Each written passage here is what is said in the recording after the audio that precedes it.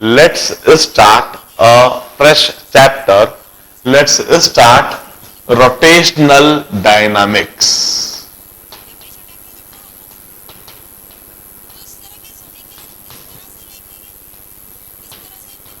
Now, in fact, rotational dynamics is the summary of whole mechanics. पूरे के पूरे mechanics की यह summary है. Here we would be summarizing whatever we would be repeating and summarizing whatever we had studied till now.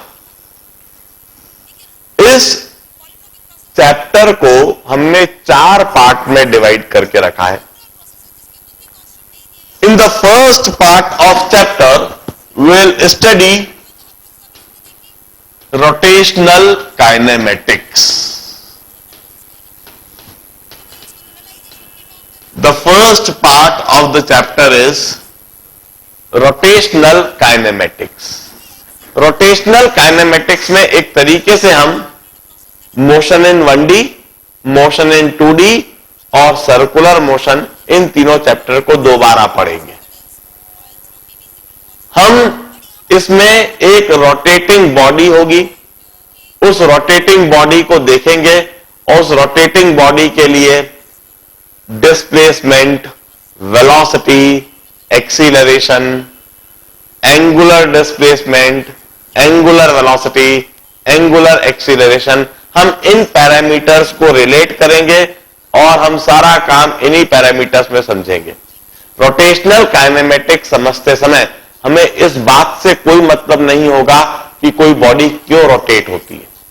हम सिर्फ एक rotating body में काइनेमेटिक्स के पैरामीटर को रिलेट करते रहेंगे, इन्हें समझते रहेंगे.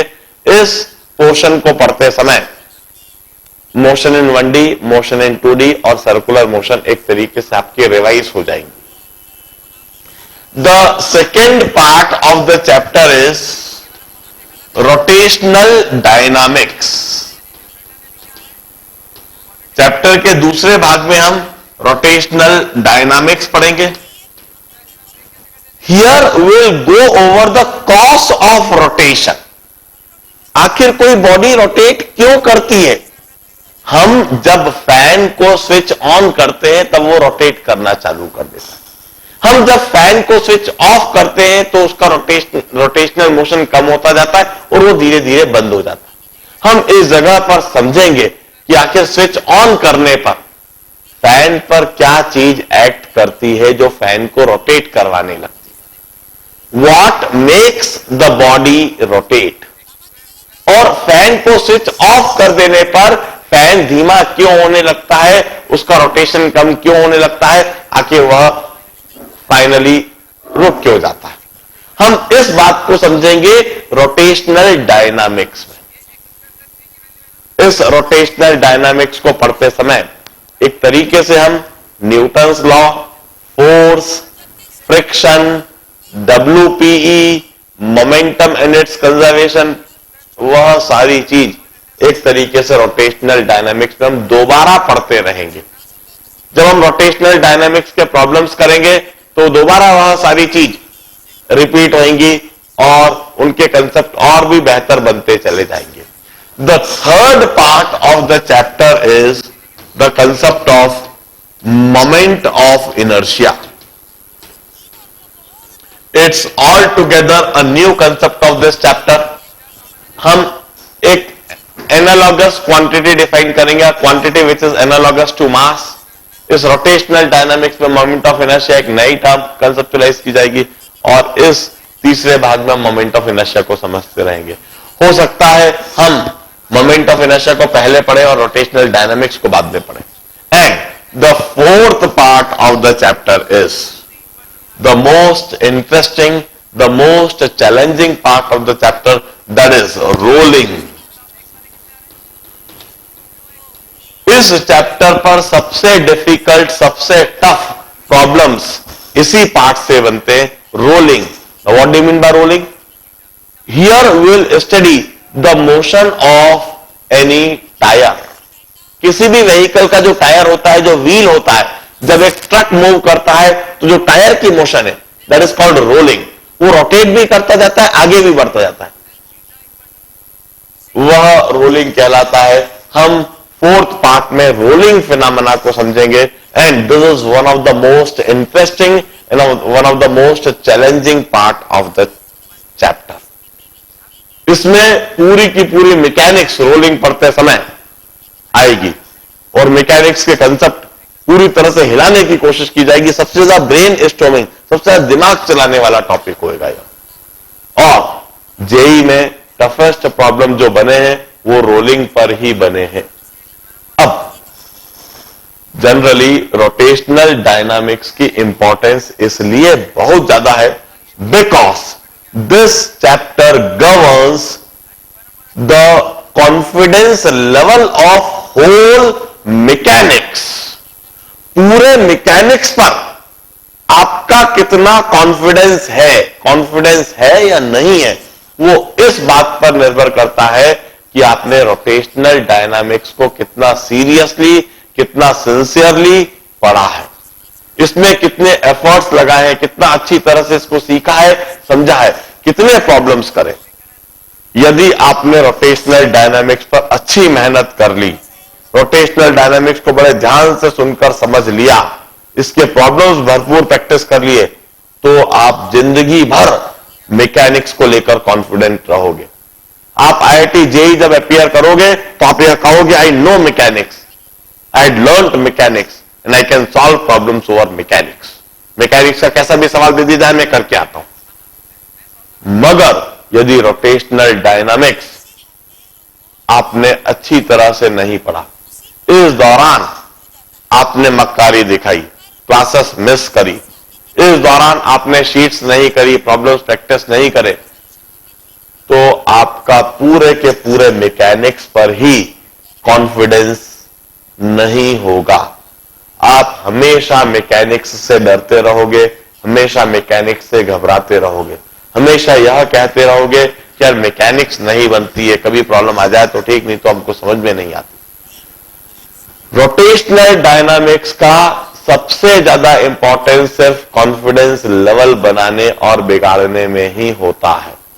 मेरा आप सभी को एक स्ट्रिक्ट सजेशन है, आज से जब मैं रोटेशनल डायनामिक्स स्टार्ट कर रहा हूं, जब तक इसे पूरा फिनिश नहीं कर देता हूं तब तक कोई भी क्लास मिस ना करे। रेगुलरली सारे लेक्चर्स जरूर अटेंड करें। रोटेशनल डायनामिक्स की पूरी थ्योरी लगभग 9 से 10 लेक्चर्स चलेंगी। यह 9 से 10 लेक्चर्स सारे अटेंड करना है। इन 9-10 लेक्चर्स में मेरा दावा है पूरी मैकेनिक्स पर कॉन्फिडेंस आप सभी का डेवलप करवा दूंगा। आप सभी यह कहोगे कि हां हमें मैकेनिक्स आता है, और आप सभी अपने फ्रेंड्स को शायद चिढ़ाओगे कि मैकेनिक्स से सवाल करके दिखा, मैं करके दिखा सकता हूं। इस तरीके से रोटेशनल डायनामिक्स बहुत इंपॉर्टेंट होता है। Once again it's interesting as well. इसको पढ़ते समय, समझते समय, इसके प्रॉब्लम्स करते समय मजा भी आता है। You will enjoy solving the problems, you will never get bored. आपको ऐसा नहीं लगेगा कि यार कैसे प्रॉब्लम है, आपसे प्रॉब्लम बनेंगे भी। जैसा मैं हमेशा ही करता हूं कि शीट्स को मैं ग्रेजुअली इंक्रीजिंग लेवल की डिजाइन करूंगा। इसमें वो जो ग्रेजुअल इंक्रीमेंट ऑफ लेवल है उसको और भी इजी बना दूंगा, और आपको प्रॉब्लम्स क्योंकि आपसे बनेंगे इसलिए आपको करने में मजा भी आएगा। और धीरे धीरे जैसे जैसे उनका डिफिकल्टी लेवल बढ़ते जाएगा तो आपका सोचने का दायरा भी बढ़ता जाएगा, आपसे वो प्रॉब्लम्स बनने भी लगेंगे। डेफिनेटली रोटेशनल डायनामिक्स पर मैं कुछ ज्यादा शीट्स दूंगा, कुछ ज्यादा प्रॉब्लम्स करवाऊंगा, क्योंकि मैं पूरी मैकेनिक्स ही करा रहा हूं। लगभग 250 से 200 सवाल, नियरली 200 प्रॉब्लम्स आपको दिए जाएंगे, और यह 200 प्रॉब्लम्स के द्वारा आपको मैकेनिक्स को सॉलिड बनाना है और रोटेशनल डायनामिक्स के द्वारा पूरे मैकेनिक्स पर कॉन्फिडेंस डेवलप कर देना। So let's start rotational dynamics, let's start rotational kinematics.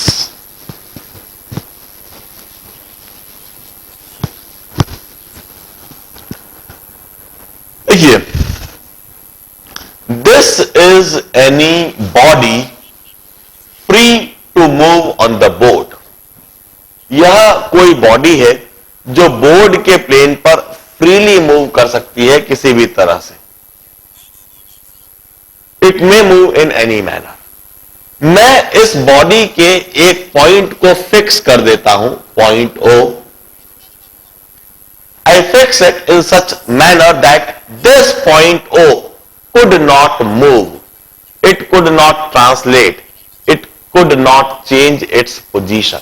यह पॉइंट अपनी पोजीशन से हट नहीं सकता। नाउ अब यदि मैं इस बॉडी पर किसी भी पार्टिकल को देखूं,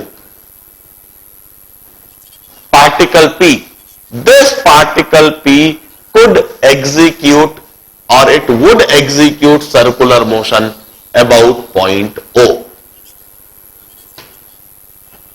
पॉइंट O को फिक्स बना दिया गया है, पॉइंट O अपनी जगह से मूव नहीं कर सकता। इसलिए अब इस बॉडी के किसी भी पार्टिकल को यदि मैं ऑब्जर्व करूंगा तो वह पार्टिकल सिर्फ इस सर्कुलर पाथ में ही मूव कर सकता है। वह पार्टिकल इस सर्कुलर पाथ के अलावा कोई और पोजीशन नहीं ले सकता। हम कहते हैं किसी भी एक पार्टिकल की मोशन यदि हम ऑब्जर्व करें, then motion of any particle would be circular motion about point O. Point O would become the center of motion of any particle and motion of each individual particle would be called circular motion. किसी एक particle की circular motion होगी, while the motion of the complete system of particle, motion of complete body, यह body कोई एक particle नहीं है। This body is a collection of infinite particle. It's a system of infinite particle. उन infinite particles की जो motion है, that is termed as rotational motion. Circular motion is always conceptualized for a particle, for a single particle, while rotational motion is conceptualized for a bulk particle, a group of particles. We used to say this complete body would execute rotational motion. It's free to rotate. This body is said to be free to rotate. For example, मैं इसी समय एक body लेता हूं। Let's say this is any body. ये कोई body है।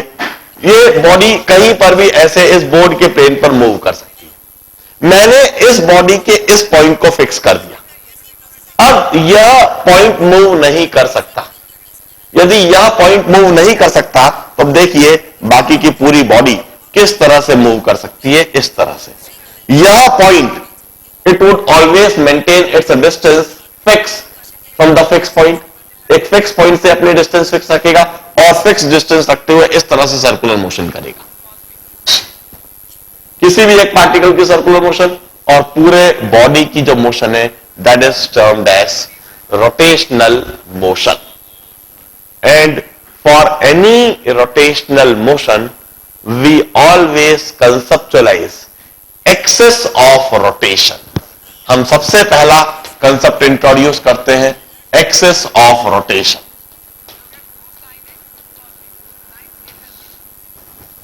We used to say axis of rotation is locus of point which remains fixed during the rotational motion. जब कोई बॉडी रोटेट करती है तो there is a group of particle that always remains stationary, that never moves, and that group of particle is termed as axis of rotation. For example, if this point O is kept fixed, then imagine a group of particle perpendicular to board and passing through this O. We used to say This body is free to rotate on the plane of board.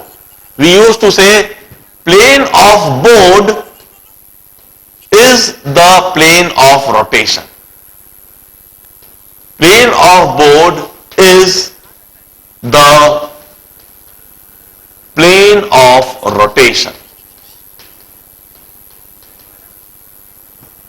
The body is free to rotate on the plane of board. इस body के एक point को fix कर दिया गया तो यह body board के प्लेन पर रोटेट करने के लिए फ्री है। और इस रोटेशनल मोशन के लिए हम एक्सिस ऑफ रोटेशन कंसेप्चुलाइज करेंगे। Axis of rotation is defined as locus of point that remains fixed. Axis of rotation. Its locus of point that remains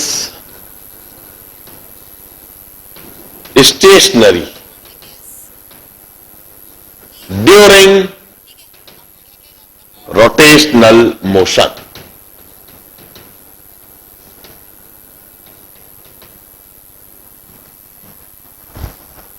Imagine a group of particles passing through O and perpendicular to board. Imagine a group of particles or the locus of particle जो point O से पास कर रहा है और board के perpendicular है। जब यह बॉडी रोटेट करेगी तो यह ग्रुप ऑफ पार्टिकल हमेशा स्टेशनरी रहेगा। यह ग्रुप ऑफ पार्टिकल कभी भी मूव नहीं करेगा। This group of particle, this locus of particle would be called axis of rotation. It's always perpendicular to plane of rotation. It's always perpendicular to plane of rotation.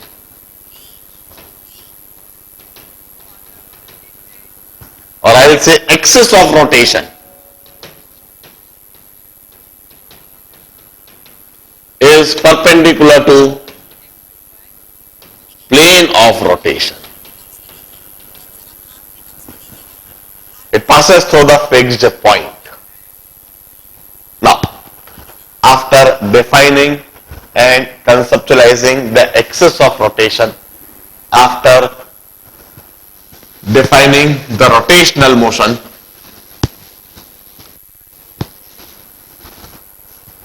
once again we imagine a body free to move on the plane of board. If it's fixed at point O, now this body is free to rotate on the plane of board about the axis passing through O and perpendicular to board. ध्यान रहे, पहले मैंने कहा था the body is free to move on the plane of board. इधर शब्दों पर बड़े ध्यान देना चाहिए। जब हम प्रॉब्लम पढ़ते हैं तो एक एक शब्द का सही मतलब निकालना जरूरी है। सबसे पहले मैंने कहा the body is free to move on the plane of board, मतलब यह बॉडी बोर्ड के प्लेन पर कैसे भी इस तरह से मूव, किसी भी तरह से कर सकती है। It's fixed at point O. Now, if this body is fixed at point O, now we will say the body is free to rotate on the plane of board about an axis passing through O perpendicular to board. अब यह body इस point O के about freely rotate कर सकती है, ये इस axis के अबाउट फ्रीली रोटेट कर सकती है। At any instant we have got this particle P.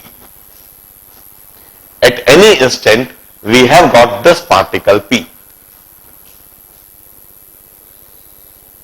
This arrow or this vector denotes the radius vector of particle P with respect to point O. This is radius vector of P. यह body rotate करती है और rotate करते हुए dt time के बाद after a differential time the particle p get displaced like this और particle p differential angle d theta से रोटेट कर जाती है।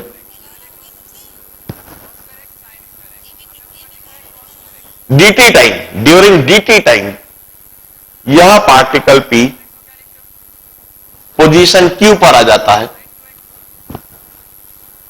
वी यूज टू से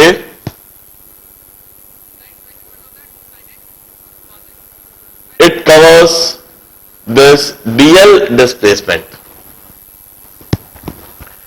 d theta is differential angular displacement during rotation.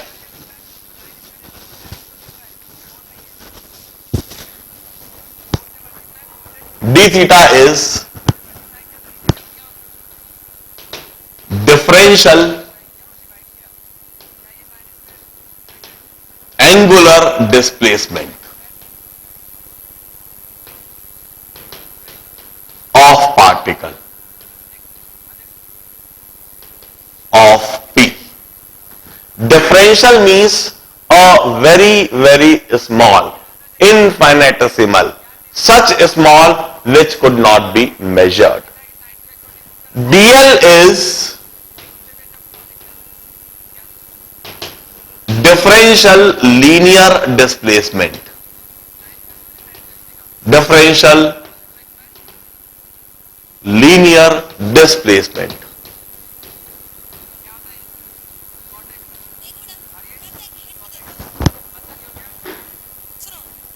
For a small angle,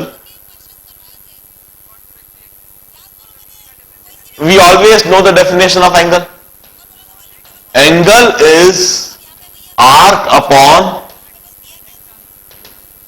radius.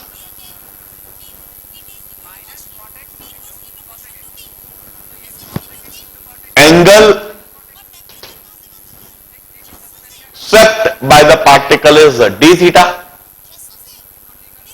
इस phenomena के दौरान यह जो पार्टिकल है जो एंगल स्वीप करा है that angle is d theta. The arc length covered by particle is dl and the radius of particle is r.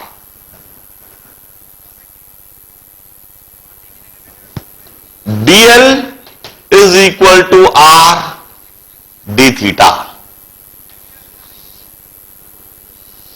During rotational motion, this relationship would always hold.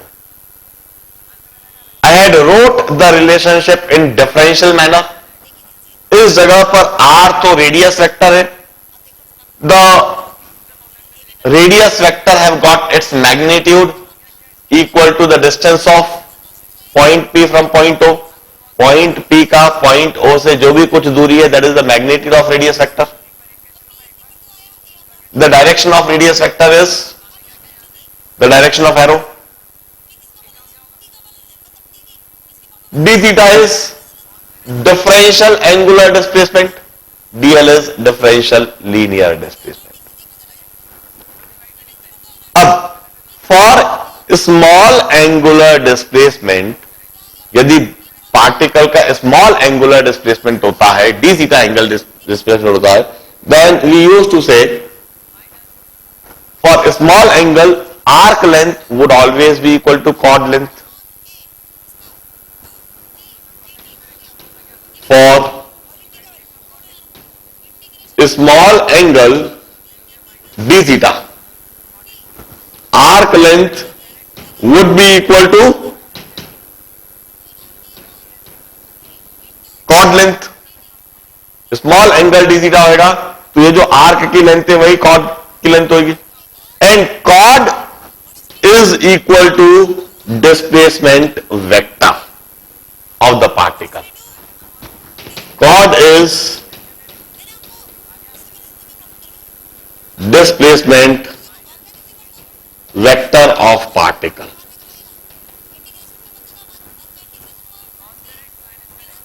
Cord होगा, arc length तो distance travelled होता है इधर से इधर तक, जो cord होता है वो इधर से इधर तक सीधी लाइन। वी यूज्ड टू से कॉर्ड लेंथ जो होगी वो डिस्प्लेसमेंट का मैग्नीट्यूड हुआ, कॉर्ड की जो डायरेक्शन हुई वो डिस्प्लेसमेंट का डायरेक्शन हुआ। और स्मॉल एंगल के लिए आर्क और कॉर्ड हमेशा बराबर होंगे, और हम लिख सकते हैं स्मॉल एंगल के लिए displacement of particle would be equal to R D theta. But हम कहते हैं रेडियस एक वेक्टर क्वांटिटी है, हमने इधर लिखा है वेक्टर के रूप में। डीएल यह भी अभी अभी बता दिया, DL would be displacement vector of particle, जिसका मैग्नीट्यूड कॉर्ड लेंथ के बराबर होगा, स्मॉल एंगल के लिए यह आर्क लेंथ के बराबर होगा। डीएल भी एक वेक्टर क्वांटिटी है, और डी थीटा इधर जो हम लिख रहे हैं D theta, it's differential angular displacement of P. Displacement term is always used for a vector quantity. I mean to say d theta भी एक वेक्टर क्वांटिटी है, dl भी एक वेक्टर क्वांटिटी है, और रेडियस भी एक वेक्टर क्वांटिटी है। यह तीनों ही वेक्टर क्वांटिटी है। तीन वेक्टर क्वांटिटीज में हम एक रिलेशनशिप लिख रहे हैं। ये जो हमने एक्सप्रेशन लिखा है, this is a scalar relationship, this is a scalar relationship. मैं कहता हूं there must be some vector relationship between the three quantities. इन क्वांटिटीज के बीच में कोई ना कोई वेक्टर रिलेशनशिप भी अवश्य होना चाहिए। हम उस वेक्टर रिलेशनशिप को सोचने की कोशिश करते हैं। उस वेक्टर रिलेशनशिप को सोचने से पहले एक और बात हमें समझनी है। भाई रेडियस वेक्टर की डायरेक्शन और मैग्नीट्यूड तो हमने समझ ली। रेडियस वेक्टर का डायरेक्शन वही जो इस एरो का डायरेक्शन दिख रहा है, इसका मैग्नीट्यूड वही जो इस एरो की लेंथ दिख रही है। मुझे लीनियर डिस्प्लेसमेंट का भी डायरेक्शन और मैग्नीट्यूड में कोई समस्या नहीं लग रही है, वो भी मुझे साफ साफ दिख रही है। हम कहते हैं पार्टिकल जिस डायरेक्शन में डिस्प्लेस हो रहा है, जिस डायरेक्शन में ये कॉर्ड बनती हुई दिख रही है, वही डिस्प्लेसमेंट वेक्टर की डायरेक्शन है। और जितना ये एरो लंबा आपको दिख रहा है यहां से यहां तक, this would be the magnitude of displacement.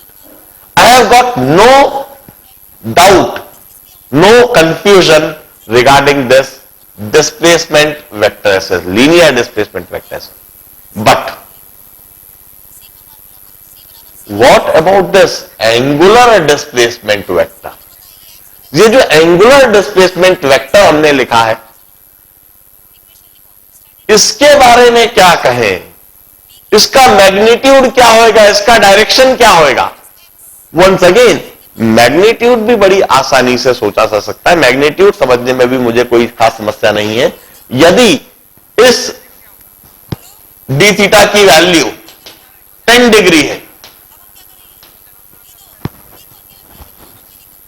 D theta की वैल्यू 10 डिग्री है, यदि पार्टिकल 10 डिग्री से रोटेट करा तो डी थीटा का मैग्नीट्यूड मैं कहता हूं D theta angular displacement is always given in radians, हमेशा रेडियंस में दिया जाता है। I will say it's 10 upon 180 into pi radians, और इट्स पाई बाय 18 रेडियंस।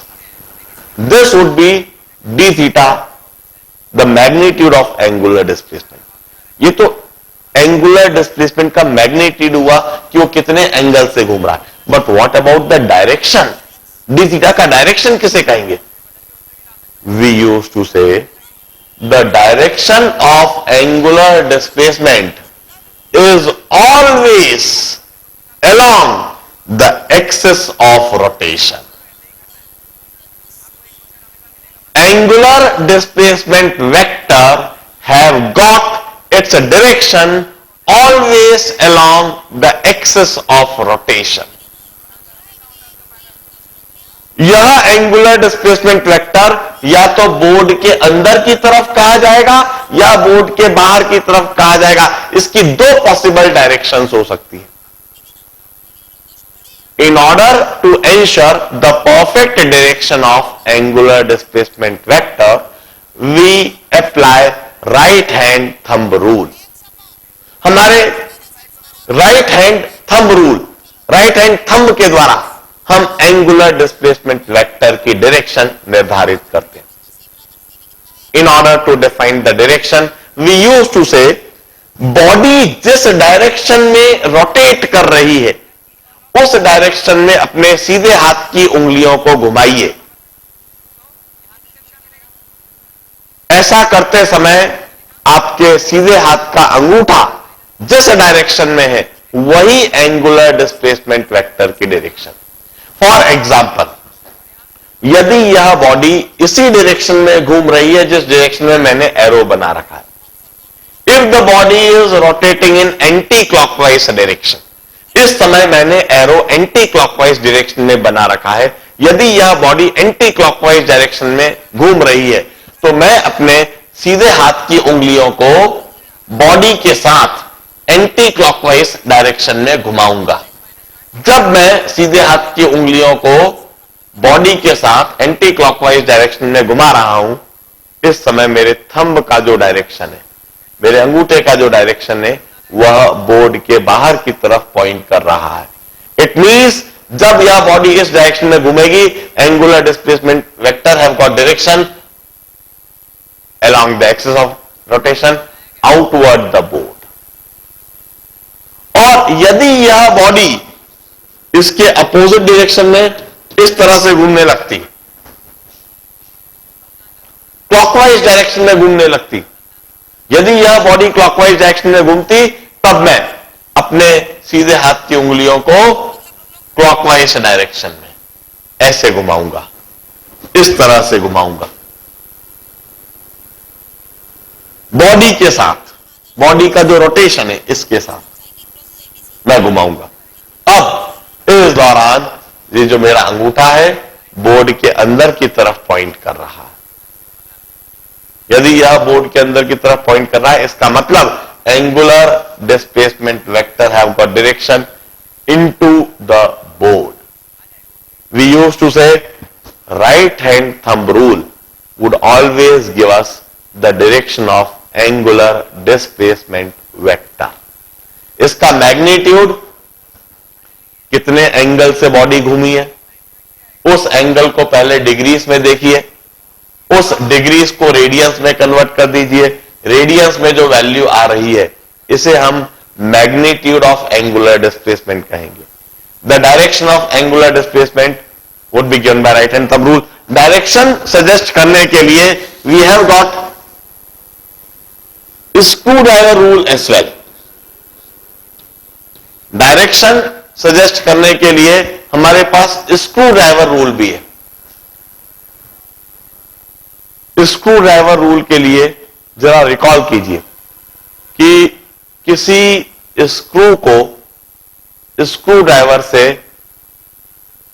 कसने के लिए या खोलने के लिए आप किस तरह से ऑपरेट करते हैं. वी यूज्ड टू से, इस पॉइंट ओ पर एक स्क्रू रखा हुआ इमेजिन कीजिए. Just imagine a screw placed at point O. अपने हाथ में स्क्रू ड्राइवर को इमेजिन कीजिए और अब आप स्क्रू ड्राइवर को उस डायरेक्शन में घुमाइए जिस डायरेक्शन में बॉडी घूम रही है. यदि क्लॉकवाइज डायरेक्शन में आप घुमाएंगे, बॉडी क्लॉकवाइज डायरेक्शन में घूम रही है, यदि आप क्लॉकवाइज डायरेक्शन में इस स्क्रू ड्राइवर को घुमाएंगे तो स्क्रू बोर्ड के अंदर की तरफ जाएगा. स्क्रू बोर्ड के अंदर की तरफ जा रहा है, मतलब एंगुलर डिस्प्लेसमेंट वेक्टर बोर्ड के अंदर की तरफ। जस्ट इमेजिन कि आप स्क्रू को कसने के लिए ऐसे घुमाते हैं, और जब आप उसको ऐसे क्लॉकवाइज डायरेक्शन में घुमाते हैं, जब आप स्क्रू कसते हैं तो वो स्क्रू अंदर की तरफ जाता है, और जब आप उसको एंटी क्लॉकवाइज घुमाते हैं स्क्रू को खोलने के लिए, तो वो स्क्रू बाहर की तरफ मूव करता है।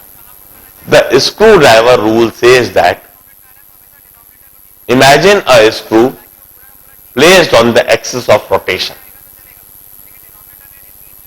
then imagine as if you are driving a screwdriver in the direction of rotation of body.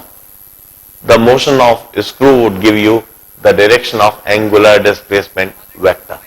Although it's a rubbish law, मैं हमेशा कहता हूं कि कई बार हम लोग ही कंफ्यूज रहते हैं कि स्क्रू ड्राइवर को किस डायरेक्शन में घुमाए तो कहां जाएगा, खोलने के लिए कहां घुमाए और कसने के लिए कहां घुमाए। Generally we use to do by trial and error method. हम एक बार घुमा के देखते हैं, फिर देखते हैं इसको अंदर जा रहा है बाहर जा रहा है, फिर उसके हिसाब से काम करते हैं। Anyway, the best rule would be the right hand thumb rule. हर एक के हाथ में सीधा हाथ है, सीधे हाथ में उंगलियां हैं, अंगूठे हैं, उंगलियों को घुमाइए, उस डायरेक्शन में घुमाइए जिस डायरेक्शन में बॉडी घूम रही है, और अपने अंगूठे की डायरेक्शन देख लीजिए, वही एंगुलर डिस्प्लेसमेंट वेक्टर है। अब बात चालू वहां से हुई थी कि यह body fix at point O, rotating about point O, any particle at P, it moves by angle D theta in this direction. हमने कहा था कि आर रेडियस वेक्टर है, D theta angular displacement vector है, डीएल लीनियर डिस्प्लेसमेंट वेक्टर है। यदि यह तीनों ही एक वेक्टर क्वांटिटी है तो इन तीनों के बीच में वेक्टर रिलेशनशिप अवश्य होना चाहिए। What must be that vector relationship? Let's try to learn, let's try to understand the vector relationship between the three quantities. We used to say they could be related by this vector relationship. dl vector is d theta vector cross radius vector. dl vector is cross product of angular displacement vector and radius vector. इस जगह पर एक नया concept देखिए। Here we are observing cross product of two vectors. अभी तक हमने vectors के बारे में कई सारे ऑपरेशंस सीखे हैं और उन ऑपरेशन के एप्लीकेशन